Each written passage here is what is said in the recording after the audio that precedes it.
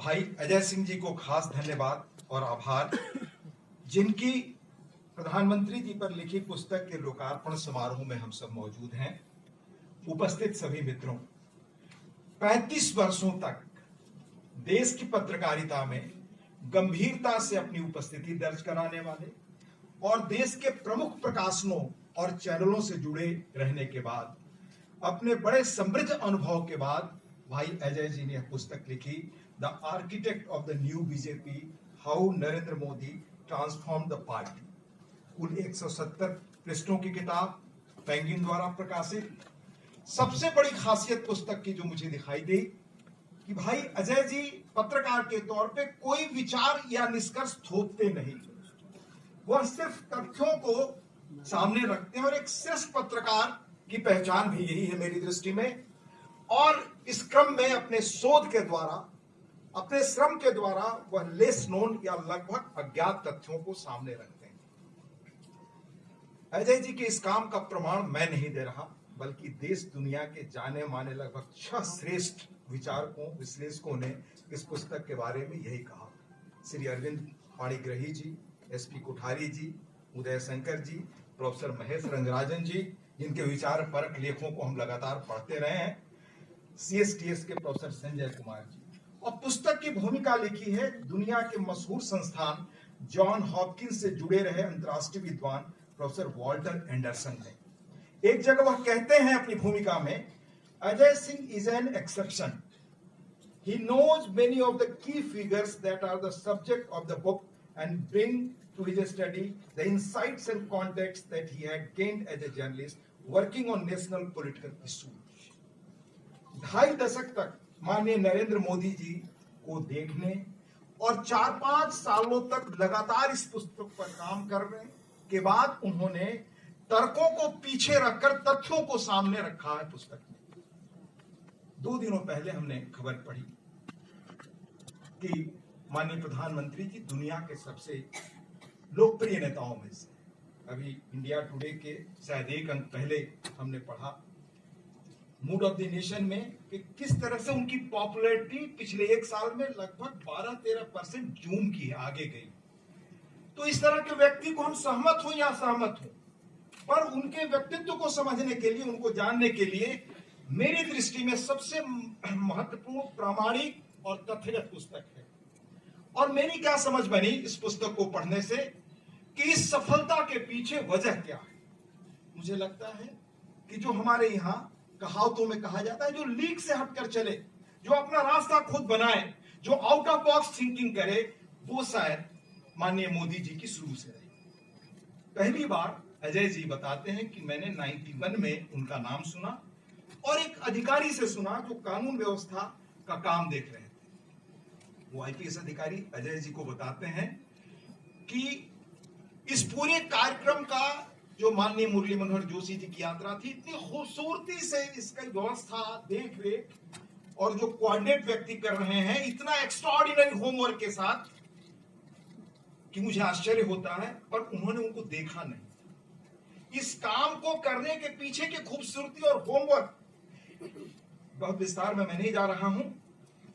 तो पहले उनके काम से उनका परिचय अजय जी को भी मिला, लोगों को भी मिला, अधिकारियों को भी मिला। उस अधिकारी ने उनको देखा नहीं। ये हमारे यहां बहुत बाद में बड़े नेताओं ने कहा कि आपका काम बोलेगा, प्रचार नहीं, या स्व अपने को आगे लाना नहीं। यह काम हम देखते हैं शुरू से, और शायद यही वजह रही कि इस पार्टी का प्रोफाइल बदला। जैसा पुस्तक में उल्लेख है कि 18 करोड़ के सदस्यों की यह पार्टी बनी और फिर 2002, 2005, 12 में गुजरात और 2014-19 में लोकसभा चुनाव में भारी व स्पष्ट बहुमत मिला, क्योंकि अलग रास्ते से चलकर उन्होंने अपना रास्ता बनाया।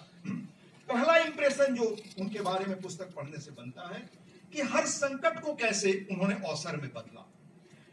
रॉबर्ट फ्रॉस्ट की एक बड़ी चर्चित कविता है, द रोड नॉट टेकन, जिसकी 2 लाइनें हैं, 2 roads diverged in a wood and I took the one less traveled by and that has made all the difference।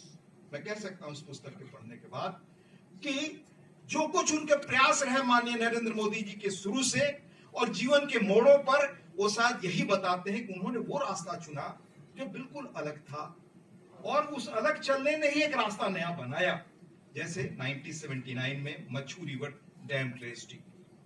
विस्तार से वर्णन है कैसे वह चेन्नई में थे और वहां से चुपचाप आए और उस काम में किस तरह का योगदान किया जिसमें 25,000 लोग मरे। दूसरा 84 में गुजरात का खेड़ा किसान आंदोलन, कैसे अहमदाबाद में सरकारी नीतियों के खिलाफ 1 लाख किसानों का गांधीवादी प्रदर्शन हुआ और जो किसान उसमें मारे गए उनके परिवारों की देखरेख आगे तक जिस रूप में हुई वो अद्भुत प्रसंग इसमें है।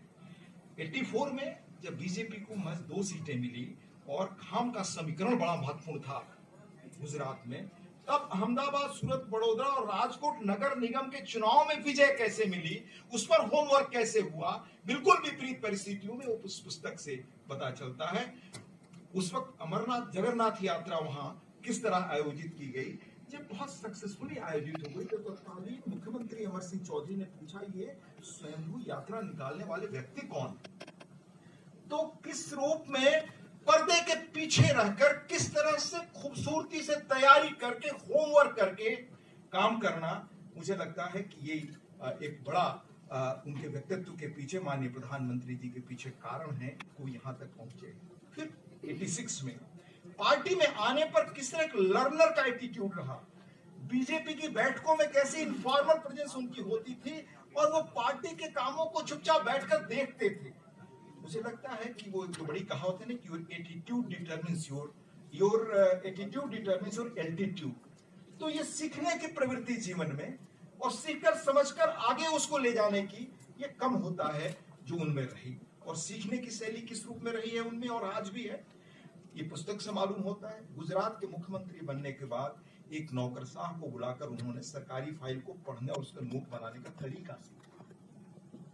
आज भी जो लोग उनसे मिलते हैं, उनसे सुनते हैं हम लोग कि बड़े ध्यान से और गौरव से वो चीजों को सुनते हैं और सुनकर सबको साथ ले चलने की कोशिश। एक बड़ी कहावत है अफ्रीकी कि if you want to go fast go alone, if you want to go far go together, और सबको साथ ले चलने की। और आप जानते हैं सफलता की एक जीवन में कीमत भी होती है, जीवन की अग्नि परीक्षा हर एक के दौर में आती है। गुजरात में पार्टी की सफलता के बाद आंतरिक कारणों से 1995 में उनको वहां से हटकर दिल्ली जाना पड़ा, केंद्रीय नेतृत्व ने बुला लिया। आप बंकिम चंद्र चटर्जी को पुस्तक पढ़े होंगे आनंद मठ, जिसकी खूबसूरती है कि जो उसका नायक है वो जब किसी क्रांति में या किसी प्रयोग में विफल होता है या किसी मुकाम पर चीजों को आगे ले जाता है तो छोड़ देता है, वहां पर परिस्थिति बद अगर छोड़ना पड़ता है तो वहां से बिना उदास हुए, बिना निराश हुए अलग जाकर एक नई दुनिया में नए ढंग से वो व्यक्ति काम शुरू करता है उसी उत्साह के साथ। और मोदी जी के जीवन का वह जो कहते हैं कि वहां से जो पार्टी के आंतरिक कारणों से आए तो किस रूप में हिमाचल प्रदेश, मध्य प्रदेश, हरियाणा में बिना किसी गिला शिकवा के उन्होंने काम किया, उसका विस्तार से बहुत सुंदर पुस्तक में वर्णन है। फिर प्रशिक्षण का, हमारे यहाँ बड़ा कम लोग इसके महत्व को जान पाते हैं कि किस तरह ट्रेनिंग से आप मानस बदलते हैं। मुझे याद है 2004 में मैं एक बार कलकत्ता के management centre of human values में 2 सप्ताह का एक कोर्स करने गया। वहाँ एक गुजरात के IAS अधिकारी भी उस कोर्स में आए हुए थे, वो एक जिले के कलेक्टर थे। तो मैं उनसे पूछता था कि आपके राज्य में क्या हो रहा है, तो उन्होंने बताया कि बहुत नए ढंग से जो हमारे नए मुख्यमंत्री बने हैं वो किस तरह से इलाके इलाके में जाकर शिविरों का आयोजन करते हैं, हम अधिकारी भी उसमें मौजूद होते हैं और चुपचाप बैठकर सुनते हैं। तो मुझे आश्चर्य हुआ कि भाई आमतौर से तो हम लोगों की धारणा कुछ अलग रही है जो सत्ता में होते हैं, पर इस तरह सीखने की प्रवृत्ति और ट्रेनिंग की प्रवृत्ति इसका बड़ा वो है। शुरू के दिनों में जब देश में आजादी की लड़ाई चली थी तो समाजवादियों का ट्रेनिंग सेंटर, कांग्रेस सेवा दल का या गांधी जी का बड़ा मशहूर है। किस तरह से मोदी जी ने 80 के दशक में इनोवेशन के तौर पे चिंतन बैठकों की शुरुआत की, और पुस्तक में वर्णन है, मैं कोट करना चाहता हूँ। गुजरात में लिखा है अजय जी ने, the top 25 leaders of the state got together in the Gir forest and spent 3 days cut off from the media without access to telephone and even newspaper to focus solely on their strategy options। चिंतन बैठक जिसे बिल्कुल नए ढंग से आप सोच सके। आज सब कुछ करते हुए आप अगर चिंतन करना चाहे तो शायद उस ढंग से नहीं कर पाते। हमने युवाल हरारी, जिन्होंने इतिहास में दुनिया के बहुत महत्वपूर्ण काम किया, उनके बारे में आप जानते हैं। किसी सत्यनारायण गोयनका इगतपुरी में आकर वो किस तरह से वो जो प्रणाली है बौद्धों की, जो सत्यनारायण गोयनका लाए विपश्यना की, वो करते हैं लगातार। और बिल गेट्स का उन्होंने अपने लिखा है कि साल में हर 15 दिन में जंगल में जाकर रहता हूं, सब चीजों से निवृत्त होकर।